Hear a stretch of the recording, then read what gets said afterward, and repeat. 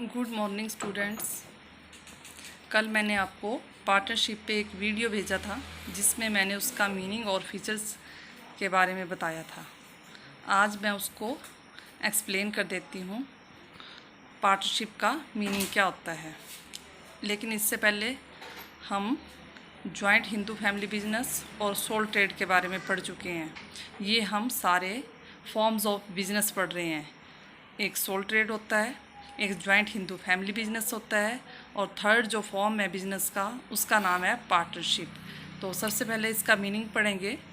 Partnership means that forms of organisation in which 2 or more than 2 person willingly join hands and agree to run some lawful business. They all invest capital in the business, make use of collective managerial ability and share profit and loss among themselves. इसका मतलब ये हुआ कि साझेदारी का अभिप्राय व्यावसायिक संगठन के ऐसे प्रारूप से है जिसमें 2 या 2 से अधिक व्यक्ति स्वेच्छा से विलिंगली होता है अपनी मर्जी से, स्वेच्छा से किसी वैधानिक व्यवसाय को चलाने के लिए सहमत होते हैं। व्यवसाय में वे सभी पूंजी लगाते हैं, प्रबंध की योग्यता का सामूहिक प्रयोग करते हैं तथा लाभ हानि को आपस में बांटते हैं। एक बार फिर से सुन लो कि पार्टनरशिप क्या है, जिसका नाम ही पार्टनरशिप है कि यानी कि पार्टनर होंगे यानी कि 2 या 2 से अधिक व्यक्ति इसमें होते हैं। वो विलिंगली अपनी मर्जी से इकट्ठे होते हैं और किसी लॉफुल बिजनेस को चलाते हैं। लॉफुल का मतलब है वैधानिक बिजनेस को, कोई इल्लीगल बिजनेस नहीं होना चाहिए, जैसे कोई स्मगलिंग का काम करता है, इस तरह का कोई गलत बिजनेस नहीं होना चाहिए, लॉफुल बिजनेस होना चाहिए। फिर वो जितने भी पार्टनर होते हैं 2 या 2 से अधिक, वो सारे क्या करते हैं बिजनेस में कैपिटल इन्वेस्ट करते हैं, सभी अपने अपनी कैपिटल लगाते हैं। Make use of collective managerial ability, अपनी प्रबंध की योग्यता का सामूहिक प्रयोग करते हैं।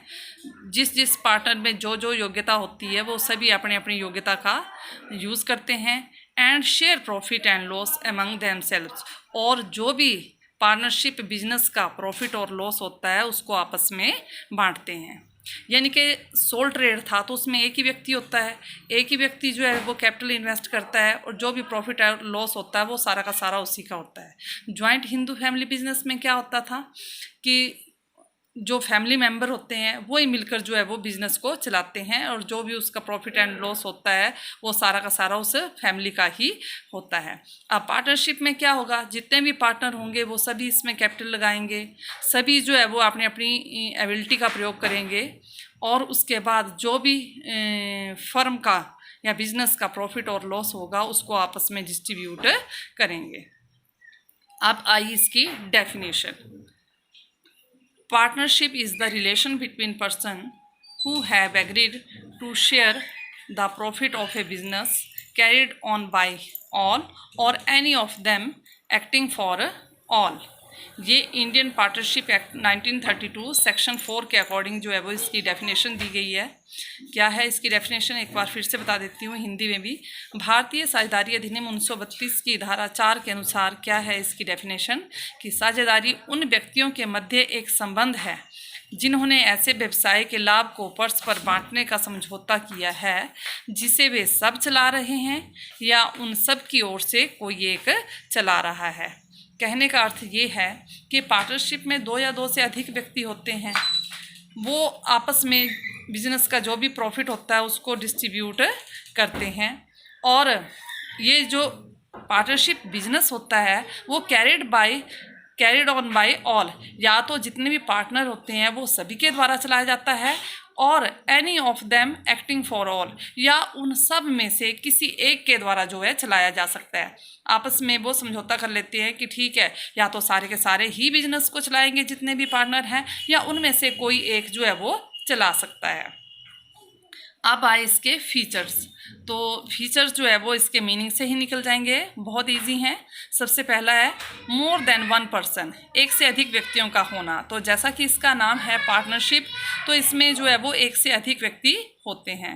सेकंड, एग्जिस्टेंस ऑफ बिजनेस, व्यवसाय का होना। तो दूसरी इसकी जो फीचर है वो है कि बिजनेस का होना, दो से अधिक व्यक्ति किसी ऐसे कार्य के लिए इकट्ठे हो जाते हैं, जैसे कोई सोशल वर्क है या कोई धर्म का काम करना है, तो उसे हम पार्टनरशिप नहीं करेंगे।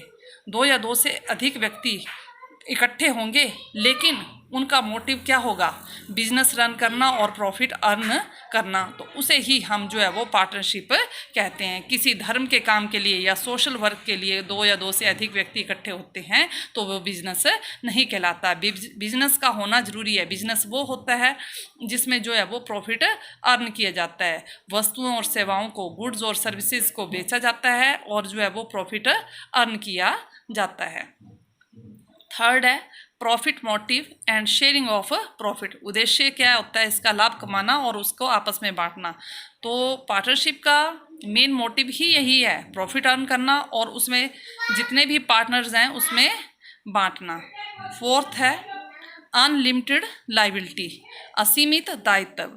तो ये पॉइंट जैसे कि सोल ट्रेड से ही चला आ रहा है, जॉइंट हिंदू फैमिली बिजनेस में भी आया था, अब पार्टनरशिप में भी आया अनलिमिटेड लायबिलिटी।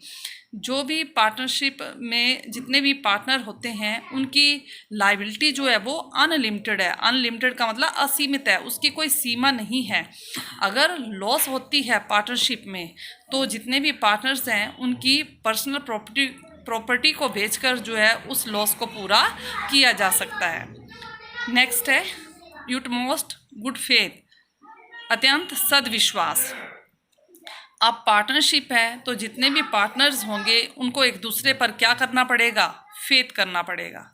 क्योंकि एक दूसरे पर अगर विश्वास नहीं करेंगे तो पार्टनरशिप बिजनेस नहीं चल सकता। इसलिए एक दूसरे पर उनको विश्वास तो करना ही पड़ेगा और ईमानदारी से काम करना पड़ेगा पार्टनरशिप बिजनेस में। और लास्ट है इसका feature restrictions on transfer of interest, साझेदारी में अपने हित के हस्तांतरण पर रोक। इंटरेस्ट होता है हित, अपना हित क्या चीज़ है या इंटरेस्ट क्या चीज़ है। जैसे मान लो कि साझेदारी में जितने भी साझेदार हैं, अगर कोई साझेदार साझेदारी को छोड़ना चाहता है कि अब मैं अपना शेयर जो है, मेरे हिस्से का जो शेयर है मैं किसी दूसरे को सेल कर देता हूं, तो वो ऐसे नहीं कर सकता है। वो अपना शेयर मतलब उसका जो इंटरेस्ट था, उसका हित जो था, वो अपना हित किसी दूसरे व्यक्ति को सेल करना चाहता है तो वो बिना दूसरे पार्टनर्स की सहमति के अपना जो इंटरेस्ट है दूसरे को सेल नहीं कर सकता। उस पर जो है रिस्ट्रिक्शन है। हाँ, दूसरे साझेदार अगर उसको परमिशन दे देते हैं कि ठीक है आप अपना शेयर जो है वो सेल कर सकते हो, तो वो कर सकता है, अदरवाइज वो नहीं कर सकता। तो ये थे इसके 6 फीचर्स। तो ये बहुत इजी है बेटा कि इसमें मैंने आपको इसका मीनिंग बता दिया, इसकी डेफिनेशन बता दी और लास्ट में हमने इसके फीचर्स बताए हैं। कल मैंने आपको इतना ही इसका वीडियो भेजा था, तो आज मैं उम्मीद करती हूँ कि आपको ये समझ आया होगा। नहीं भी समझ आए तो आप मुझे पर्सनली मेरे कॉन्टैक्ट नंबर पे कॉल करके मुझे पूछ सकते हैं। Thank you.